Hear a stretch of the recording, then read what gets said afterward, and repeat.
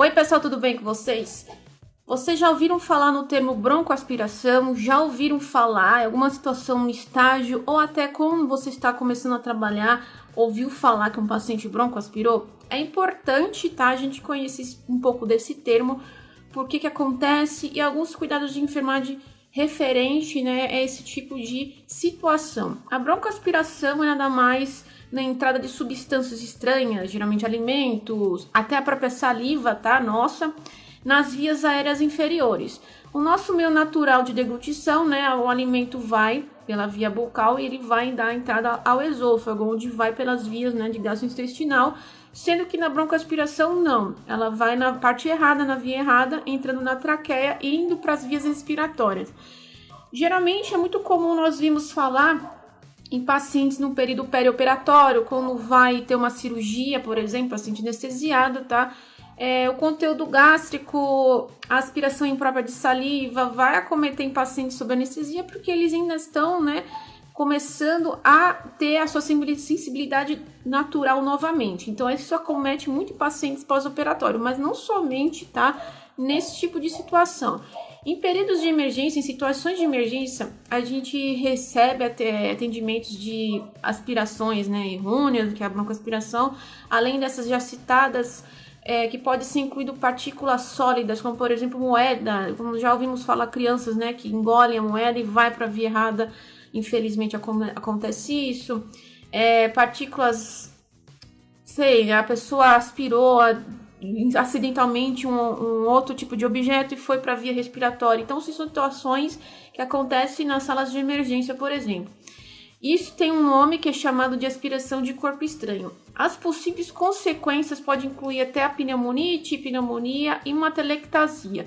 O que causa essa broncoaspiração nesses pacientes? Como eu falei na anestesia, lá na cirurgia.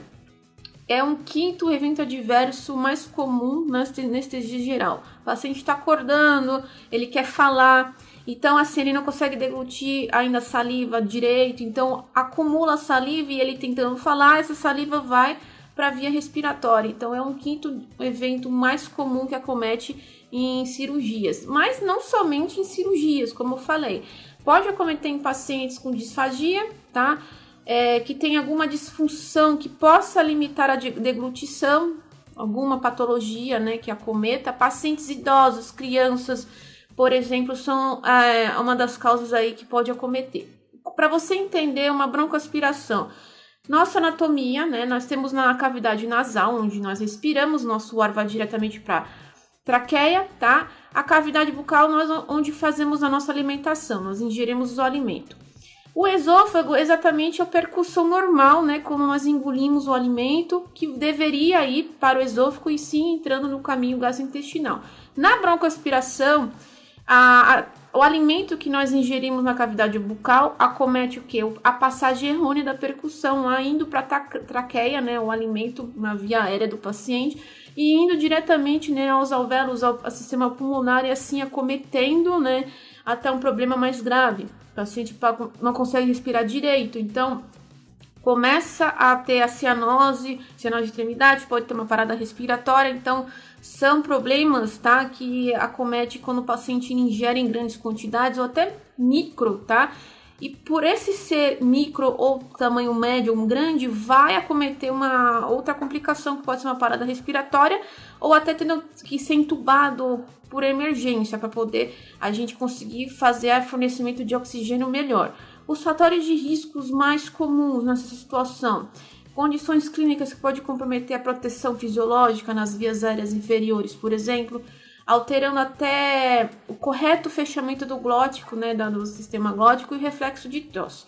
Dentre elas, o mais comum é a consciência reduzida. O paciente está em um período, principalmente idoso, em exemplo, que ele está um pouco confuso e do nada ele tem um rebaixamento de nível de consciência. Então ele tenta falar, não consegue e engole a saliva e vai para a percussão errada, ele vai para o sistema pulmonar respiratório e ocasiona broncoaspiração.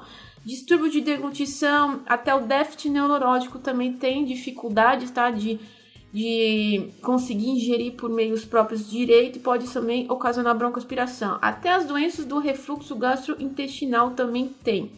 Lesão mecânica de glote acometendo principalmente na intubação, traqueostomia, endoscopia, acontece sim, são situações que levam mecanicamente até a broncoaspiração, cirurgia que possa envolver a via aérea ou esôfago superior também, ausência de jejum adequado no processo de anestesia, o paciente comeu um pouco antes de for fazer a cirurgia, só que ele não avisou ninguém, e foi lá, tomou anestesia geral, acordou, só que o organismo ele não ingeriu diretamente, né, direito o alimento que ele ingeriu um pouco antes, e na hora que ele começou a querer falar, aquele alimento voltou, né, no esôfago, e ele revolta pela via errada, pela traqueia, ocasionando a broncoaspiração.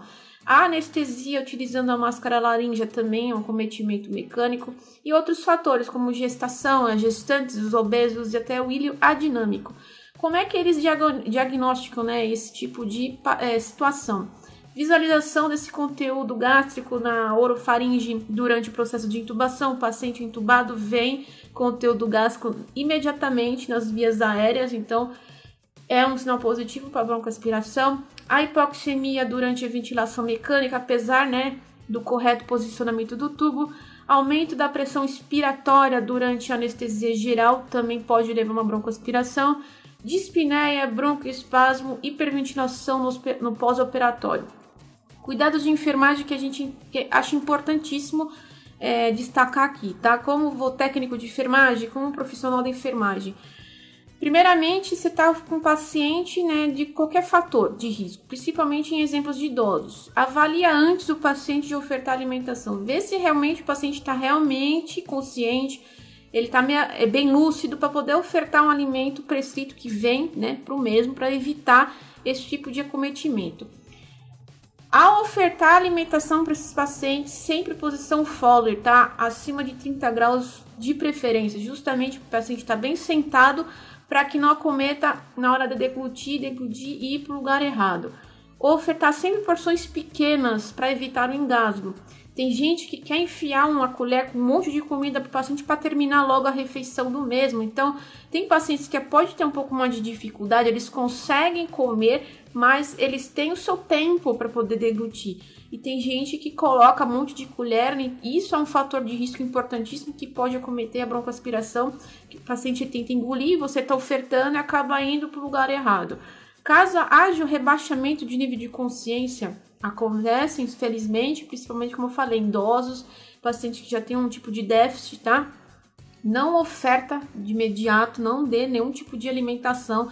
Peça avaliação médica, o médico vai pedir uma avaliação posterior a uma fonoaudióloga para poder avaliar o paciente, para mudar a consistência ou até parar de dar por via oral e instalar a sonda interal no paciente. Então, são cuidados principais e importantes que eu achei importantíssimo trazer com pacientes que têm a broncoaspiração, porque assim, tem gente que não tem, né, o conhecimento, que eu acho importante a gente correr atrás, e mesmo que o paciente ele tenha um certo nível de consciência, a pessoa fica ofertando alimento atrás de alimento, e com isso vai aglomerando bolos ali de alimento na boca do paciente. Numa dessa que ele tenta abrir a boca para falar ou para se expressar, acaba indo para a via respiratória. Isso é um fator muito alto no ambiente hospitalar por causa de erros, né, na enfermagem, da profissão, da nossa profissão, por não avaliar direito, né, um paciente nessa condição. Se você tiver dúvidas relacionadas a esse assunto, pode deixar nos comentários,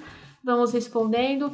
E também convido a se inscreverem e ativar o sininho, que semanalmente nós estamos publicando vídeos relacionados à enfermagem. Eu fico com vocês por aqui e até mais, pessoal.